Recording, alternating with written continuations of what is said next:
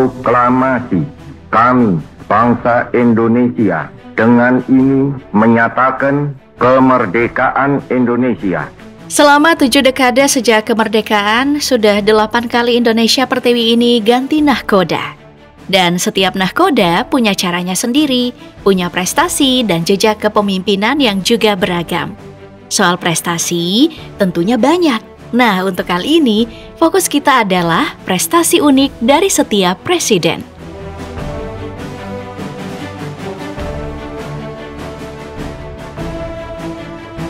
Kalau kita bicara tentang prestasi, Soekarno adalah presiden dengan segudang prestasi. Ia adalah seorang politikus yang berperan penting dalam Revolusi Nasional Indonesia.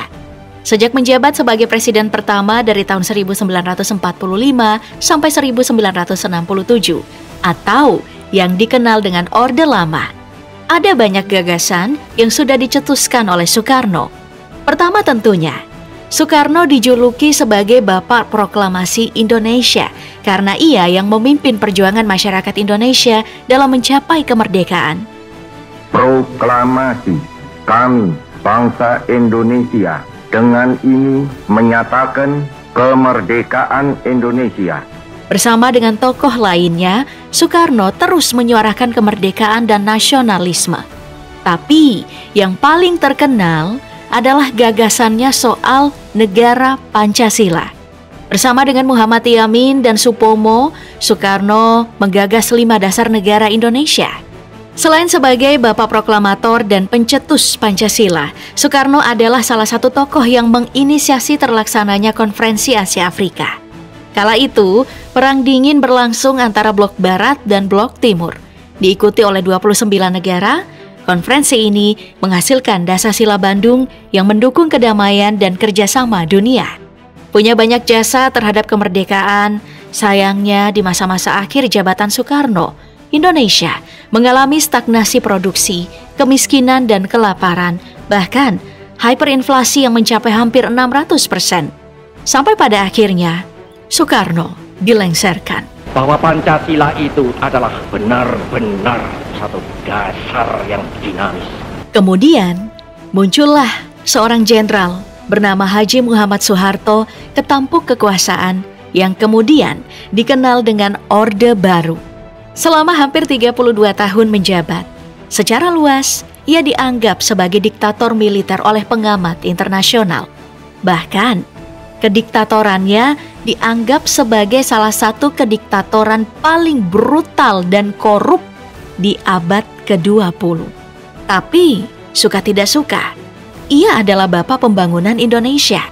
Lewat programnya yang dikenal dengan Rencana Pembangunan 5 Tahun, Repelita, Soeharto melaksanakan pembangunan di berbagai bidang, dari mulai infrastruktur, transmigrasi, pendidikan, sampai industri nasional.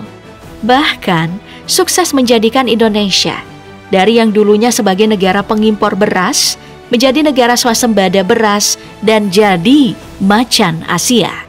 Ditambah, dalam rangka untuk membangun sistem telekomunikasi satelit, Soeharto meluncurkan satelit pertamanya yang dikenal dengan satelit Palapa pada 1976, sekaligus jadi negara pertama di Asia Tenggara saat itu yang punya satelit. Tapi, krisis moneter melanda Indonesia di tahun 1998, menerjang semua sektor ekonomi. Di tengah krisis ekonomi, desakan untuk mundur datang, yang akhirnya membuat Presiden Soeharto lengser. Saya memutuskan berhenti dari jabatan saya sebagai Presiden Republik Indonesia. Mandat sebagai presiden kemudian diberikan kepada Baharudin Yusuf Habibie yang juga dikenal sebagai penanda masuknya era reformasi. Meski berkuasa singkat, hanya 1 tahun 5 bulan, tapi cukup banyak prestasi yang ditorehkan oleh presiden yang dijuluki sebagai Bapak Teknologi ini. Habibie adalah orang yang berjasa terhadap kebebasan pers, di mana saat Orde Baru, media adalah corong untuk menyampaikan kebaikan pemerintah, sekaligus menutupi borok yang terus meluas. Siapa yang mencoba melawan arus dengan mengkritik pemerintah, siap-siap, kantornya dibredel, bahkan diberhentikan. Dalam masa jabatan yang cukup singkat, Habibie juga berhasil menurunkan laju inflasi dan nilai tukar rupiah. Satu lagi prestasinya adalah membentuk undang-undang yang mengatur kebebasan rakyat Indonesia dalam pemilu lewat Undang-Undang Nomor 2 Tahun 1999 tentang pemilu. Undang-undang ini pun menghasilkan 48 partai politik baru yang ikut berpartisipasi dalam pemilu 1999. Sekaligus juga untuk pertama kalinya Golkar kalah dari PDIP setelah sebelumnya selalu menang di era Soeharto.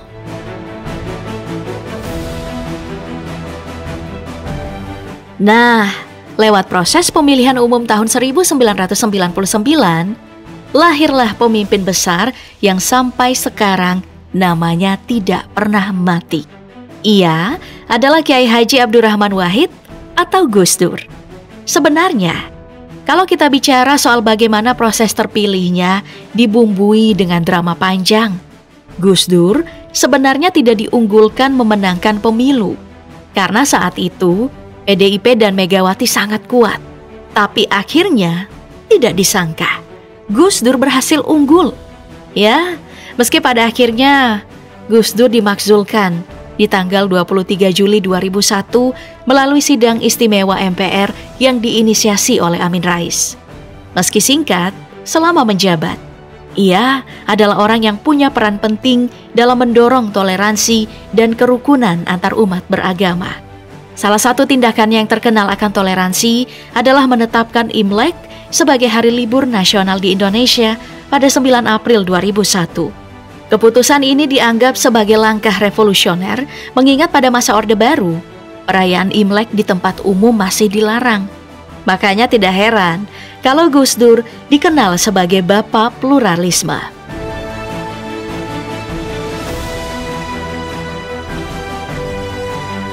Gus Dur dilengsarkan, lalu digantikan oleh wakilnya, Diah Permata Megawati Setiawati Soekarno Putri, yang menjabat mulai 23 Juli 2001 sampai dengan 20 Oktober 2004. Ia adalah Presiden Wanita Indonesia pertama.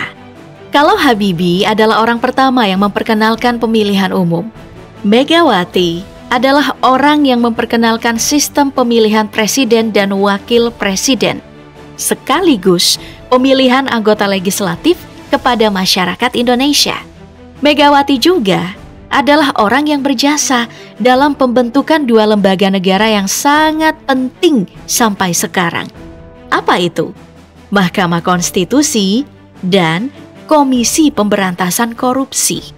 Megawati Soekarno Putri melihat lembaga kejaksaan dan polisi pada waktu itu terlalu kotor, sehingga dianggap tidak mampu menangkap koruptor. Pada masa jabatannya, Megawati pun berhasil menangkap 17 jenderal korup, termasuk Jenderal Ketua PBSI. Ditambah, Megawati juga berhasil membubarkan BUMN terkorup pada masa itu, yaitu Indosat, karena merugikan negara puluhan triliun dan banyak praktek ilegal di dalamnya.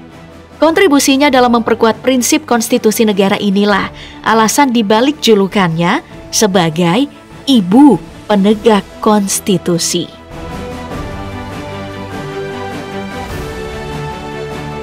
Sayangnya, langkah Megawati sebagai presiden terhenti setelah kalah dari mantan menterinya sendiri, Susilo Bambang Yudhoyono. Megawati kalah telak oleh SBY di putaran kedua dengan selisih 61% berbanding 39%. Ia kemudian menjadi presiden pertama yang terpilih melalui pemilihan langsung oleh rakyat Indonesia sendiri. Sebagai Presiden Republik Indonesia yang ke-6, SBY dikenal sebagai Bapak Perdamaian karena selama masa jabatannya, Indonesia secara aktif terlibat dalam upaya perdamaian, baik itu di tingkat nasional maupun internasional.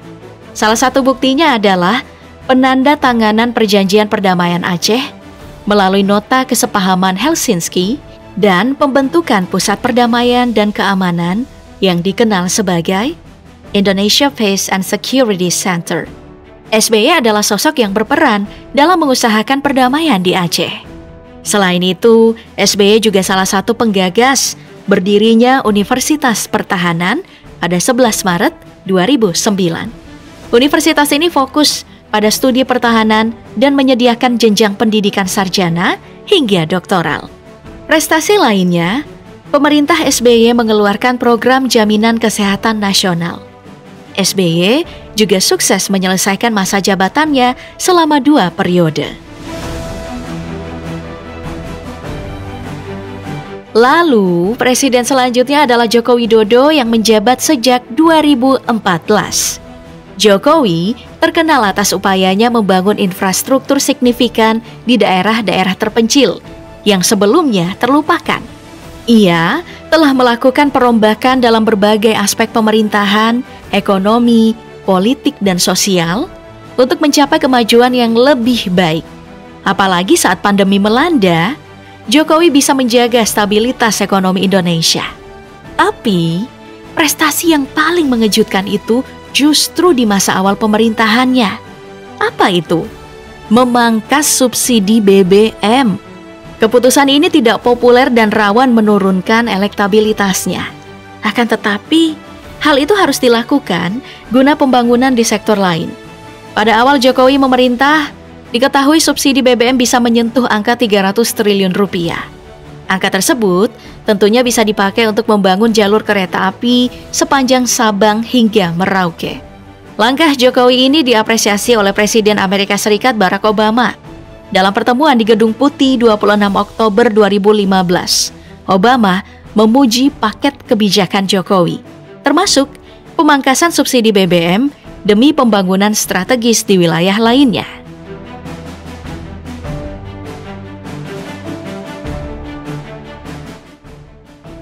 Nah, nama Prabowo mungkin terlalu dini ya untuk dimasukkan dalam daftar presiden dengan segudang prestasi.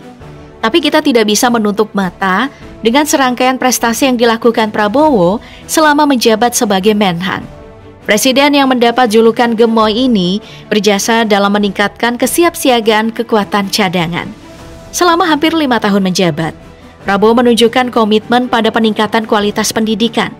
Inisiatif tersebut melibatkan pembangunan 5 sekolah baru di daerah strategis dan peningkatan pada SMA Taruna Nusantara. Pak Prabowo juga aktif dalam pengembangan industri pertahanan dalam negeri. Langkah-langkah ini dilakukan dengan penguatan pindad dan produksi kendaraan taktis maung di Bandung, yang mana menjadi upaya nyata untuk memperkuat sektor ini.